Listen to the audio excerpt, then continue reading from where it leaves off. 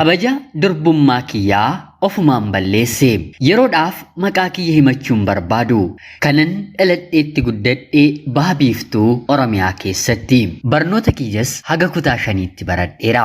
Kutaa 5ffaa keessatti si'a 2 waan nan kufeef maatiin koo hangafallee waan nan ta'eef barnoonni egasii hin taane gara biyya ormaa deemuu qabdanaan jedhanii umrii waggaa 15tti gara biyya Arabaatti na erganii. Anis fedhii barumsaa haga kanaatti waan hin qabneef biyya Arabaa deemuun hiriyoota koo waliin qixxee na godha jedheen nama yaadun ture. Egaan gara biyya Arabaa dhufeen ijoollummaadhaan maatii koo qabuu, maatii koo gargaaruu, obboloota koo quxisuu ta'an 3 barsiisuun gahee koo ta'e. Maatiin kiyyas jireenya hiyyummaa kana dura keessa jiraatanii keessaa bahanii jireenya fooyya'aa jiraachuu eegalanii. Anis haatii fi abbaan koo kanatu ta'e kana otoo nuuf gootee yaantala koo otoo kana naa goote jedhanii kan na gaafatanii hundaa yeroon biyya Arabaa tures deebi'een yeroo biyya koo keessan jiraachaa jirus hanga har'aatti gargaaraaniin ture. Obboloota koo 3 anarratti dhaananii baratan haga dhumaatti barsiisee hojii qabsiiseera. Umriin yookiin immoo waggaan akka inni itti fiigu safuudhaatii mana Arabaa waggaa 9 hojjedheen haa ta'uutii garuu waggaa 2 kanan keessa jiraadhe natti hin fakkaanne.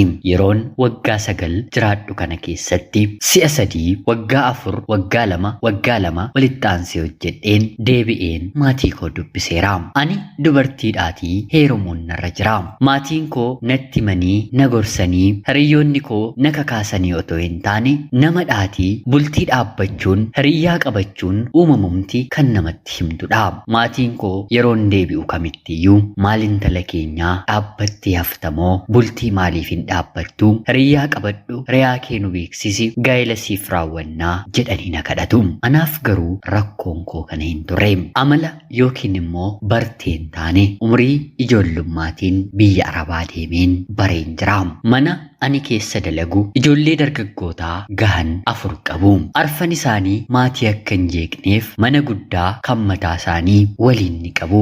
Mana guddaa isaanii kana maatiin gadhiisanii fi ufaniin ilaalanii yoo wanta dhoksanii qabaatanis akka ani qulqulleessuuf qofa furtuunaaf kennanii qollofatanii bahu.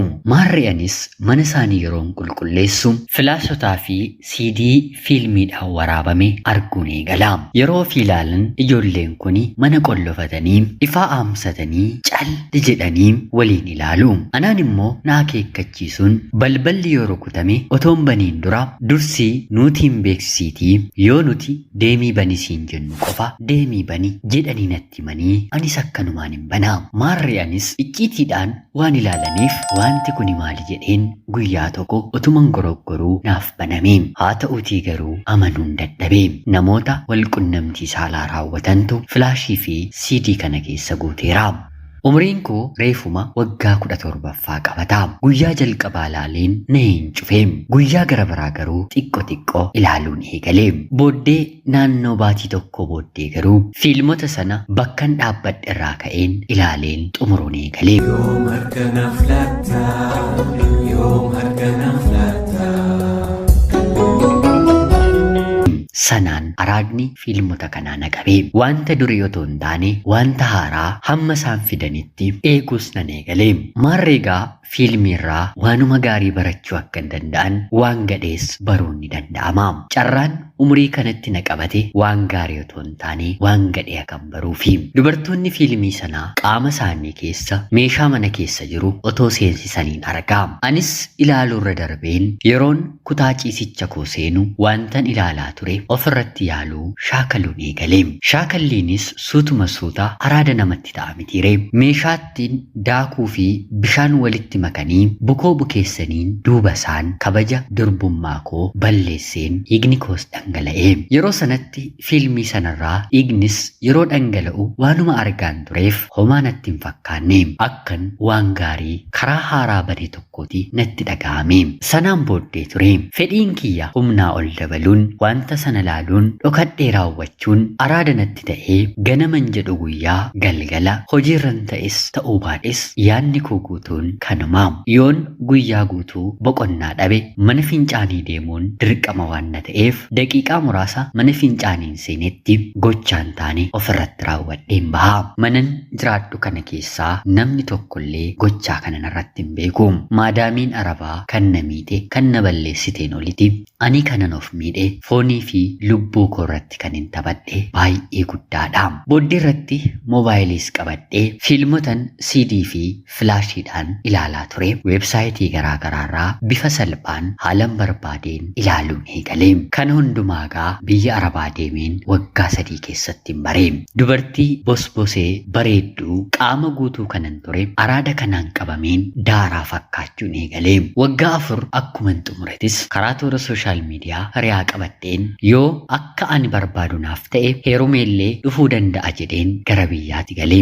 Haa ta'uutii garuu walqunnamtii jalqabaa ilma dhiiraa waliin raawwadheen homaa waa tokkoyyuu natti fakkaachuu dide. Dhumarratti jechan taaneen ofirraan gaggeesse. Haga har'aatti ilmi dhiiraa kuni ol jedhee na hin ilaalu. Innis haga danda'e dhiira arabaa bartee dhiirri keenyi isheen ga'u isheen dhaqqabu jedhee maqaa koo balleesseera.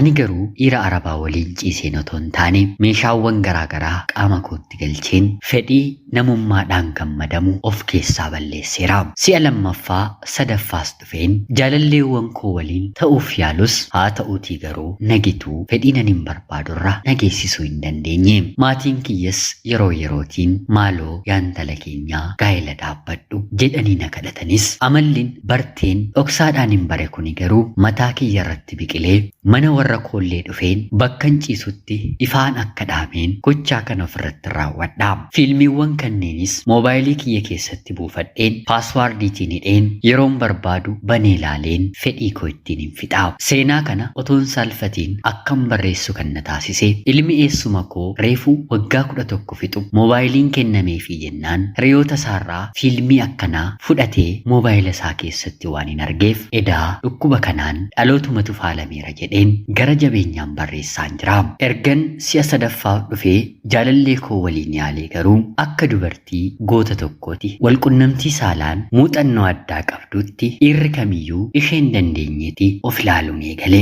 Sana qofaa otoo hin taane biyya arabaa kana keessa dhiirota biyya keenyaa jiran barbaadeen anatu argachuu eegale. Hojii kiyyas kanaaf akkanaa mijatutti qopheeffadheen yoon dhabe torbeetti guyyaa tokko dhiira biyya keenyaan dhabu. Abaluu waliin jirti yeroon jedhamu abaluu waliin hin ta'a. Abaluu waliin taateet immoo yeroon jedhamu abalutti hin deebi'a. Kanaan dhiirota ana bira dhufanis jeeqaa ofiis jeeqamaa jaalala fakkeesseen alalee ta'a nama hedduu biran gahe. Haa ta'uutii garuu deemsa koo kana keessatti tarii dhiirri guyya tokkoof na gammachiisu ni jiraata ta'a. Haa ta'uutii garuu torbee lamaa ol na gammachiisuu kan danda'u hin arganne. Sababiin isaa immoo ani kan hin bare waan biraadha. Dhiira maddii ciiseen dhiira ciibseen ofii kiyya moobaayila keessaa waan biraan ilaala. Yoo tolinaan jedhan immoo isaan waliin ilaala.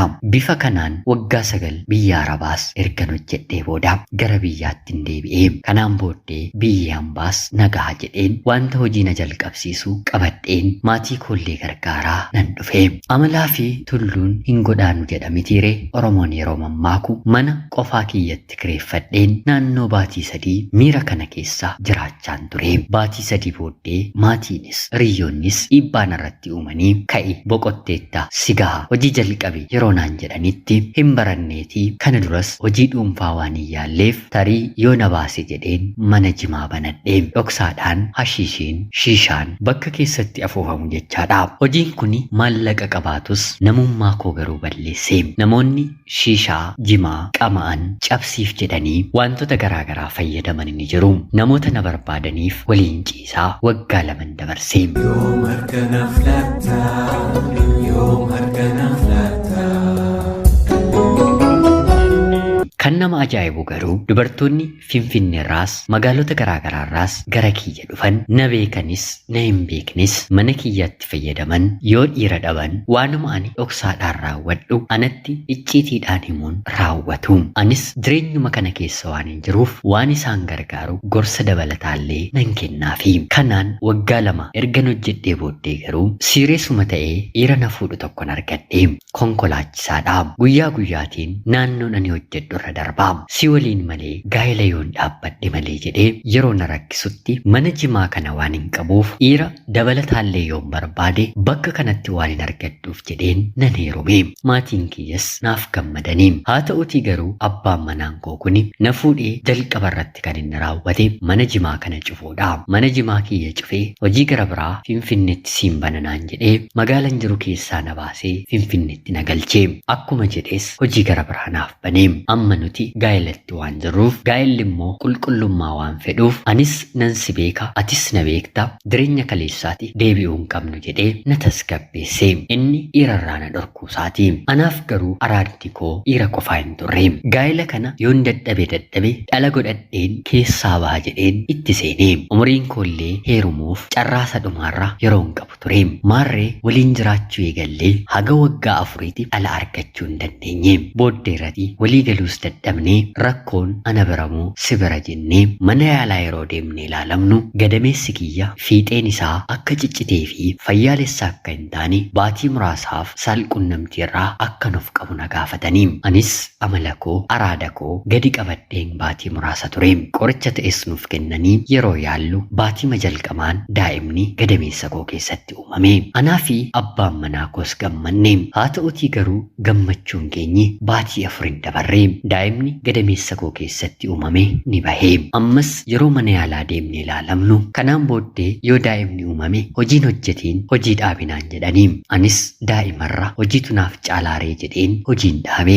Haa ta'utii ammas si'a 2 yaallus daa'imni baatii 4 gahee inuma baha. Booddee irratti ammas deebinee mana yaalaa gara biraa deemnee maal haa goonuu akkana taanee jennee yeroo gaafannu maallaqa guddaa nu kanfalchiisanii gadameessi kiyya baqaqsamee yaaliin fayyaanaa taasifame. Ammas gallee yaallaan daa'imni uumamee baatii 4 yeroo darbu nuuf milkaa'e jennee yeroo yaannu baatii 6ffaatti garuu daa'imni yeroo isaa malee gadi narraa bahe. Kanaan abbaan manaan koos daa'imni kan gadameessa kee keessa hin teenye abaarsa qabdamoo naan jedhee na hiikee gaa'ela gara biraa raawwate. Hanga kanaatti dhiiraaf anatu maqaa baasaa ture malee dhiirri anaaf maqaa baasee hin beeku. Anatu dhiira na bira ga'u kamuufuu maqaa gara biraa baasaa. Mooraalii sammuu isaanii kan tuqu. Anaaf garuu maqaa kan baase abbaa manaa koodha. Jecha dubartiin dhala hin qabne maseenni dhala argachuu hin dandeenye kamuu hawaasni kennuu fi abbaan manaan koo hunda isaanaaf kenne. Yeroo kana ture kan anatti dhaga'ame. Keessumaa yeroo gaa'ela kana dhiisee deemu dhiiran ani tuffadhee biraa deemaa turetu na tuffatee mana karaa keessatti na dhiisee deeme. Amma maallaqa siin qabu abbaan manaan koos konkolaachisaa waan na tureef waan fide nyaannee dhugnee itti bashannannee mafinna. Boriif jennee kan kaawwanne homaa of harkaa waan hin qabneef erga na hiikee baatii booddee wanti nyaadhu wanti hin dhugu mana keessa waan hin jirreef gara maatii kootti hin galee. Yoom harkanaaf laata? Yoom harkanaaf laata?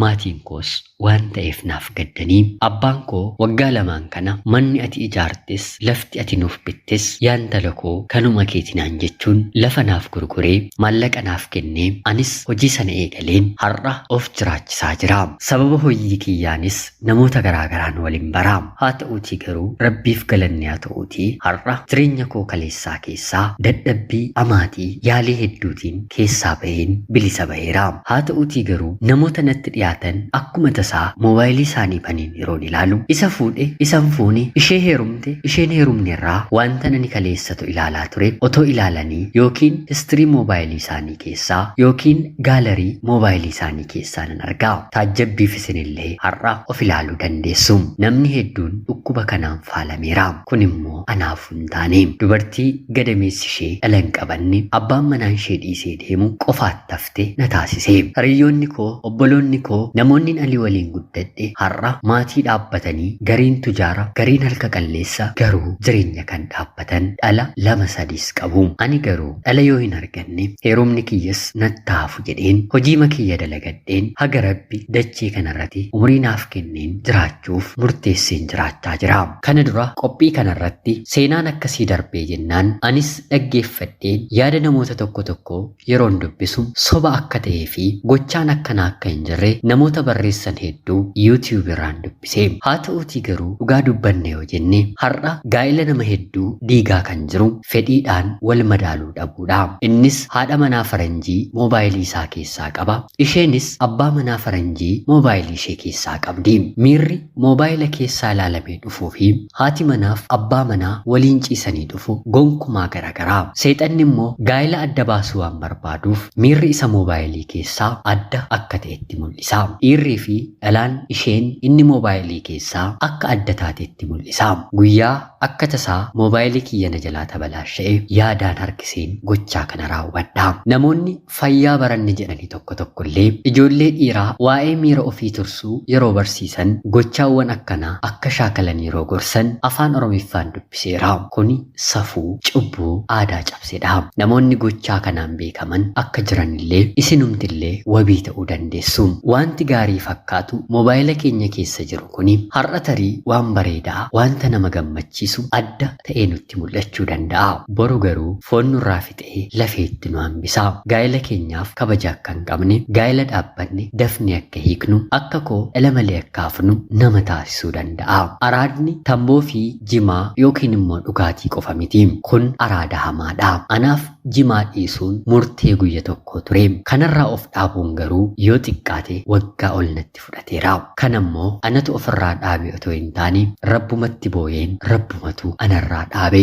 Rabbi malees kana namarraa dhaabuu kan danda'u hin jiru. Har'a fayyaa kan fakkaatu gaa'ila otoo hin dhaabbatiin waggaa 35 gahu ilmi dhiiraas intalli dubaraas haadha manaasaa abbaa manaashee moobaayila waan godhatee fi ni yaadatti yoo ta'e maatiin keenya yoo xiqqaate waggaa 18 yoo guddate immoo waggaa 22 gaa'ila dhaabbataniiru. Dhaloonni kuni garuu haga waggaa 40 turuu ni yaala. Yaa obboloota koo seenaa koorraa baradhaa. Icciitiin turuu durbaa fi dhiiraa moobaayila keessa kan dhokatedha. Fiilmii faranjiin nutti argisiistuun kan bitamedha. Haraama kanarraa rabbi nu haa eegu. Ana obboleettii keessan Jiituu Magariituu Oromiyaa keessaati. Ulfaadhaa nagaatti galatoomaa.